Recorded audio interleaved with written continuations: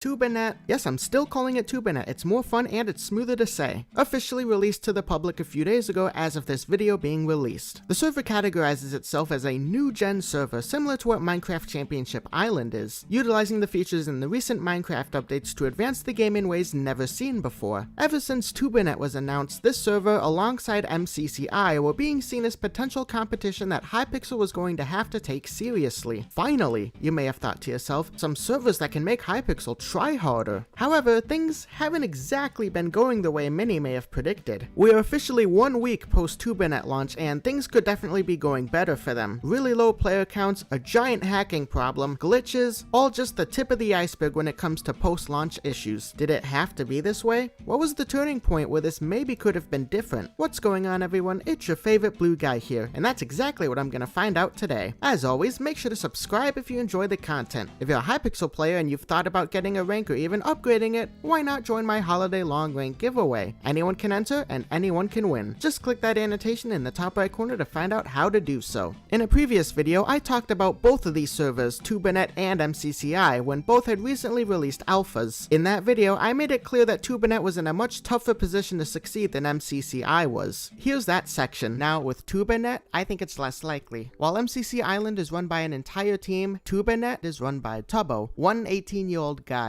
He may have people helping him, sure, but ultimately this is his project alone, and I really think there's gonna be many more issues arising when this server is released. Tubbo already has a history of failed servers, including a failed Anarchy server and another minigame server called Cobe that lasted about 2 months. And they've actually already had an issue a couple of days ago with TuberNet, where they were unable to even bring players on the server. TuberNet also has the player base to surpass Hypixel, but I see it being a much more uphill battle for TuberNet than I do for MCC Island. Every worry I had about this server during that time has seemed to come to fruition, if not inevitably arrive. 150 players this quickly after launch is really bad. And this isn't even during a bad time or anything. No crash just happened. This is just what the player count is. They're struggling to get even 1/10 of their server capacity, even with the backing and ownership of someone like Tubbo, who I warned had previous issues with running servers. Even so, I didn't really expect this to be similar to those servers. People are keen on learning from their mistakes, so I don't expect something like TuberNet to only last a couple of months. I also brought up Tubbo being one 18-year-old not being the same as Hypixel's team of geezers, but TuberNet also has some pretty good people running their server. McGreg, for example, the man who runs TuberNet, was mostly known for being a co-owner of Omega Realm a while ago, which used to be a giant old-fashioned Minecraft server, so that's not to say there isn't talent going into TuberNet. I even went as far as joining TuberNet to get some first impressions before working on this, and I have to say, visually the server's actually flippin' fantastic.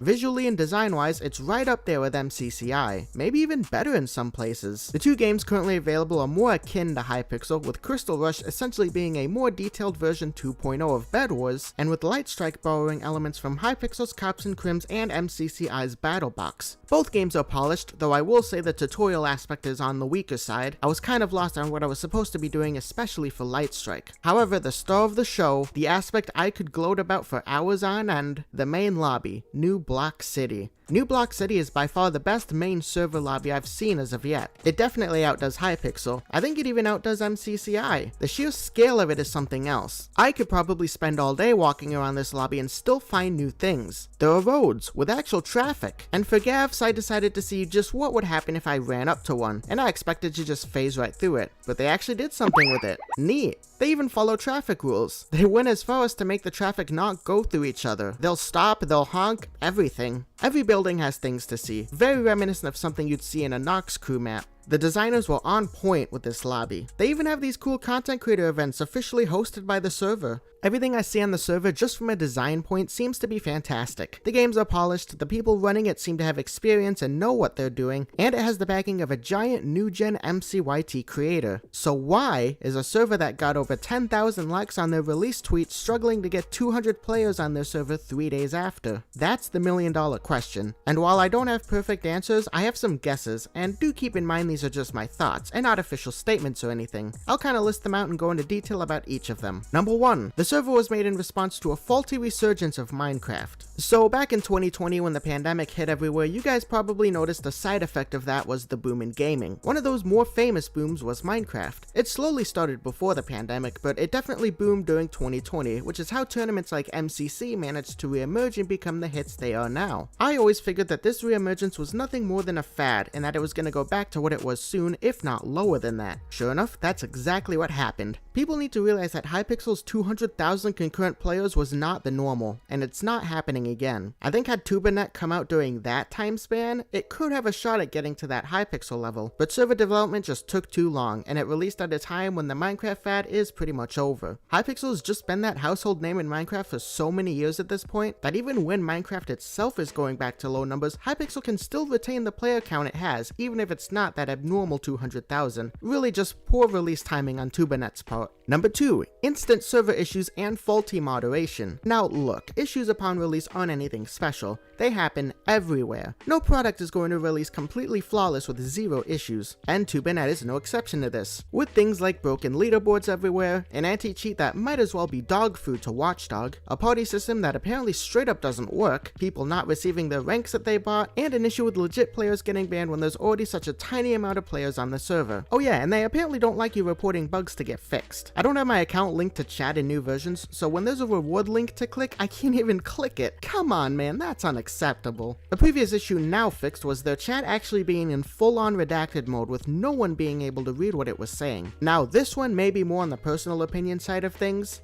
Seems like every game you get. My ears! That is the worst music! Good lord, this music is not good.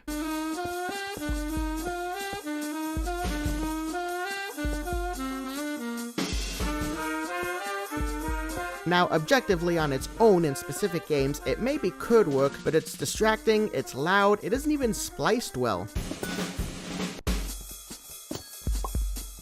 It's kinda bad. I have to play with the music off, it's just not doable. Number 3, minimal and boring gameplay and lack of content. Regarding the games themselves, they look fantastic, but gameplay-wise itself is a different story. Much like World Wars, players will usually just leave in light strike after losing one round, and it makes it incredibly difficult to have any sort of a comeback.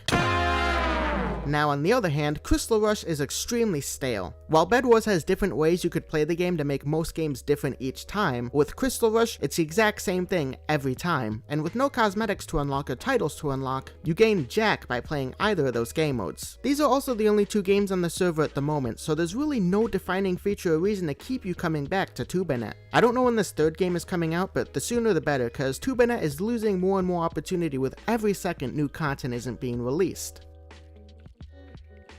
Now, is TuberNet forever doomed to this state? Are they officially the new gen server that failed? Well, at the moment, yes, but it doesn't have to be that way forever. Things can absolutely change, and with time, I think it's highly possible that it will. When they get their Bedrock version working, I think it'll get a big influx since it's set to be the first server to allow both Java and Bedrock players. First impressions, however, are hugely important, and with how this release has gone for TuberNet, they definitely lost a lot of opportunity and potential that could have been that's not coming back. They've lost players for good, regardless what happens in the future. Now, I highly doubt any ill intentions were had with this server. I commend Tubbo and the TuberNet team trying to make a server that's fun to play minigames on, but sadly, there's just nothing enjoyable about it. They put all the effort into the wrong places. It's a very high quality server, sure, but in terms of execution and ideas, lots of issues, lots to not like. It's just Hypixel, but 1.19. It's not going to beat anyone's player counts at the moment. I think TuberNet will be very different within a year though. Whether that means it's soaring or completely in the drain, I'm not sure yet, but we'll just have to wait and see. What do you guys think? Did TuberNet blow any chance at competing with the big servers, or do you think they'll get through it and rebound? Let me know in the comments below. Hope you guys enjoyed my take, make sure to like if you did, and I'll see you guys next time.